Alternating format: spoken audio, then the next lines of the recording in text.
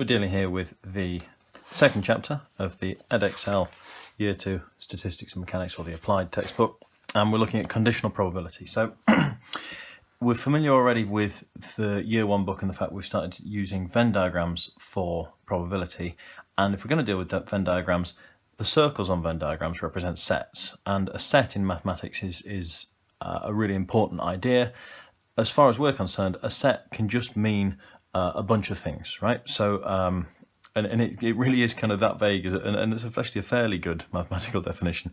So the set here, A, represents a bunch of events. So in example 1, look, a card is selected at random from a pack of 52 playing cards.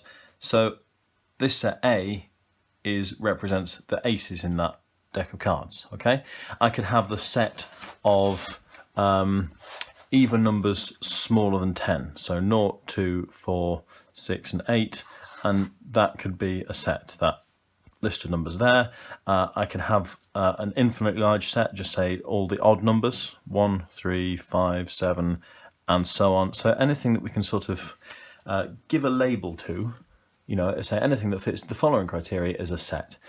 We could even have a set that we define for ourselves. So I could say the set which is this pen, this hole here, and the number 7. Okay, so there's sort of strange things in that. We can have a pen, that hole, and the number 7.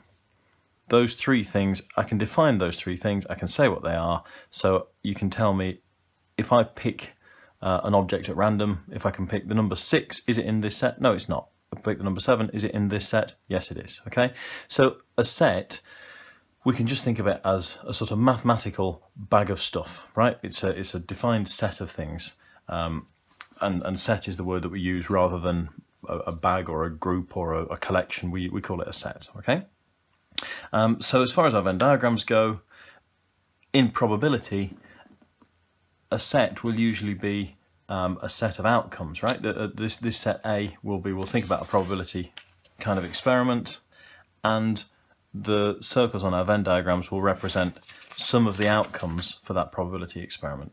So just picking a question at random here, we've got a bag containing 50 counters number 1 to 50. The counters are either red or blue, and the counters picked at random. So if I was going to draw a Venn diagram for that question, the sort of sets that I might be drawing might represent things like the different numbers, the different colours. Those are the sets that we might associate with that. Now, if we read a little bit further, R and E are the events the counter is red and the counter is even numbered. So I'm interested in the set of even counters. I'm interested in the set of red counters. Okay, I can define what it means to be in the set of red counters, and I can define what it means to be in the set of even numbered counters, and you can tell whether any object in the whole universe is in the set of red counters. Is it a counter? Is it red? If so, it's in that set that we're calling R. Okay, so if we've got the event A and B, if we've got two events A and B, we can put them on a Venn diagram like this. Okay, so when I say events A, what I mean is I've carried out a probability experiment. I've listed all the possible outcomes, and this is linking back to year 12, if you remember the probability that we did in the last textbook. I've done a probability experiment, I've listed all the outcomes, and an event is one or more outcomes, okay? So the event A means that I've done the probability experiment and something has happened which is described by event A, okay? So maybe event A is I pick a card at random from a deck of cards and I am interested in, did I get a heart or not? Okay, if I got a heart, then event A has happened. If event A is picking a heart, right? That sort of thing. And I've got event B. So event A and B. Now, in maths, A and B means strictly A's happened and B has happened as well. So if A has happened, I'm in this circle or this oval. If B has happened, I'm in this one. So A and B is this event here. I'm in the overlap, okay? And the notation for that is this. And the word for that symbol there is intersection, okay? So A and B have happened means A intersection B the event that's happened, we're going to label it as A intersection B, okay? So this thing is this, the overlap between set A and set B. If we were thinking purely of sets, a set of things A and a set of things B, so let's say, just for example, set A is the numbers that are below 10, okay? So set A is just the numbers 1, 2, so the whole numbers below 10, 1, 2, 3, 4, 5, 6, 7, 8, 9, 10. Set B could be the prime numbers, then A intersection B would be all the things which are numbers below 10 and prime numbers. So it would be 2, 3, 5, and 7. Okay, that would be the intersection of A and B, things that are in A and in B. And I'm sure you're familiar with that idea intuitively from having seen Venn diagrams before.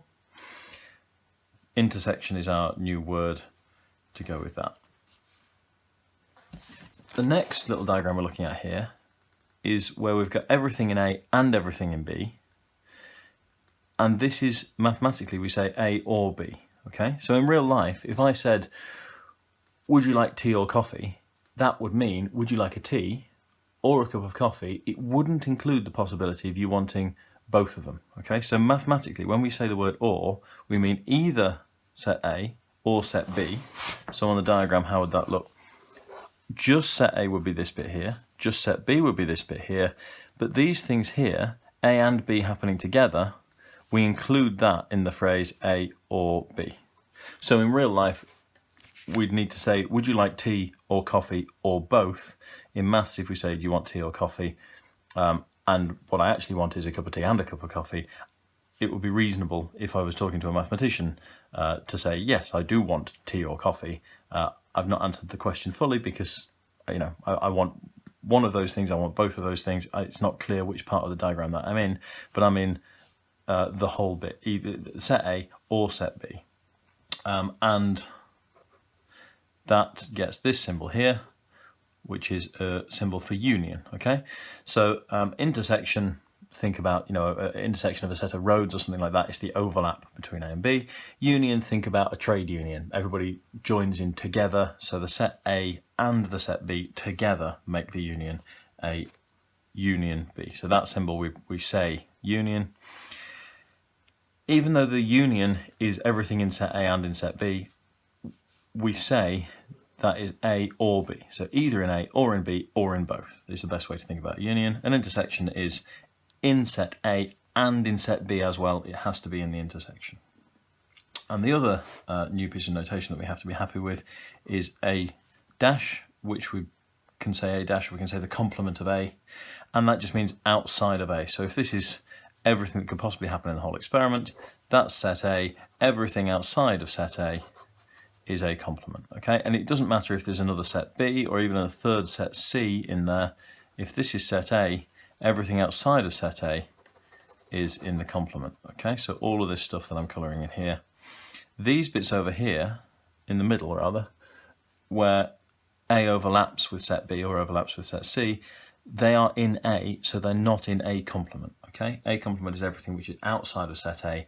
It doesn't matter whether it's in set B or C or not. A complement means it's not in set A. And we also say not A for that thing. It's a quick way of saying it. I could talk about the complement of A, or I could talk about not A as a set, okay? So 3 bits of notation, this symbol, and this symbol, intersection, union, and A complement or not A. And I suppose the other thing to mention quickly, if you've not seen these things before, which you may well have seen them, the union symbol obviously looks a bit like a U. The intersection looks a bit like an N, and if you spell intersection, there's an N as, you know, the second letter. So a bit of a memoir there.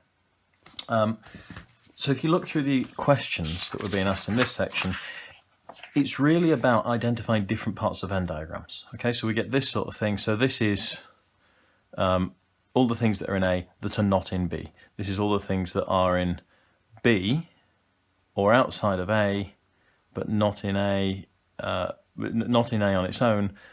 But this isn't quite the same as A complement because we're allowing the intersection between A and B. So picturing the different parts of the Venn diagram, giving them labels, is really what exercise 2A is about. And you'll find that is one of the key skills, because what we're going to start doing is asking for probabilities of, well, let's just have a look at the challenge at the end of the exercise, probability of this sort of thing.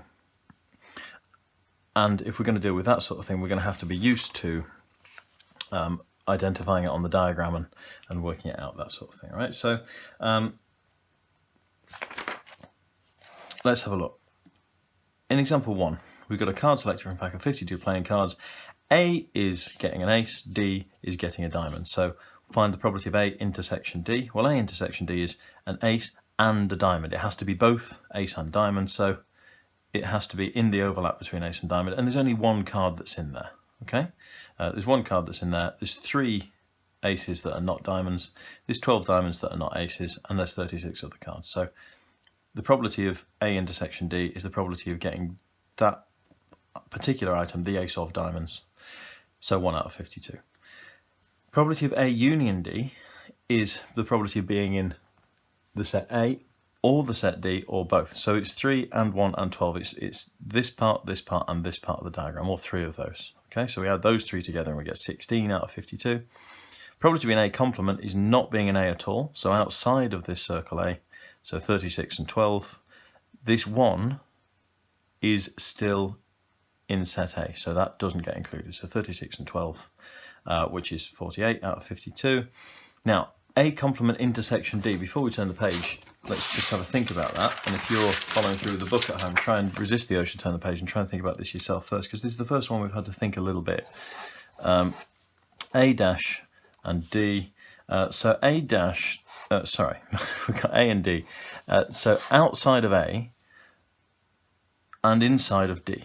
So, sorry, outside of A intersection D. Okay, so outside of A could be this area out here, could be this bit here, could be this, but it couldn't be this bit here, right? Because that's inside of A. It couldn't be this bit here, because that's inside of A. Now, intersection is what they're asking for, not the union. So the intersection, so where does that A complement overlap with the set D? So it could be this bit, it could be this bit, but the set D doesn't cover this bit outside of the circles.